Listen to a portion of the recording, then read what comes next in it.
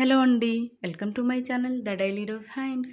గోంగూర పప్పు ఎలా చేయాలో చూసేద్దామా? ముందుగా కడిగి నానబెట్టుకున్న కందిపప్పులోనికి కట్ చేసి పెట్టుకున్న ఆనియన్స్, పచ్చిమిర్చి, టొమాటోస్, శుభ్రంగా కడిగి పెట్టుకున్న గోంగూర, 1 టీ స్పూన్ జీలకర్ర, పసుపు వేసి 5-6 విజిల్స్ కుక్కర్ పెట్టేసుకోండి.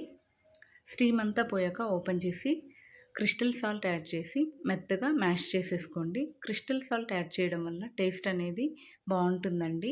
ఏ కూరలో అయినా మీరు క్రిస్టల్ సాల్ట్ యాడ్ చేయండి, టేస్ట్ అనేది పెరుగుతుంది. సో ఇప్పుడు దీనికి పోపు పెట్టేసుకుందామా.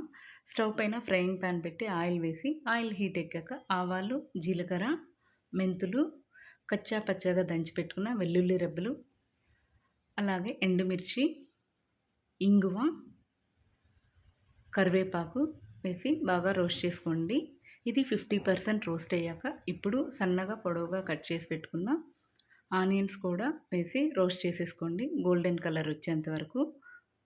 సో ఈ పోపంతా కూడా రెడీ అయ్యాక ముందుగా మ్యాష్ చేసి పెట్టుకున్న పప్పులో కలుపుకోవాలండి. బాగా కలుపుకోవాలి పోపంతా కూరలో కలిసేలాగా. అలాగే ముందుగా కట్ చేసి పెట్టుకున్న కొత్తిమీరను కూడా పప్పులోకి వేసి బాగా మిక్స్ చేసేసుకుంటే టేస్టీ గోంగూర పప్పు అయితే రెడీ అండి. ఈ గోంగూర పప్పు అనేది అన్నంలోకి అయితే పర్ఫెక్ట్గా ఉంటుందండి. మనకు నోటికి టేస్టీగా తినాలనిపించినప్పుడు ఈ గోంగూర పప్పును ఒకసారి ట్రై చేయండి. పుల్లగా చాలా బాగుంటుంది. అలాగే గోంగూరలో ఐరన్ చాలా పుష్కలంగా ఉంటుందండి.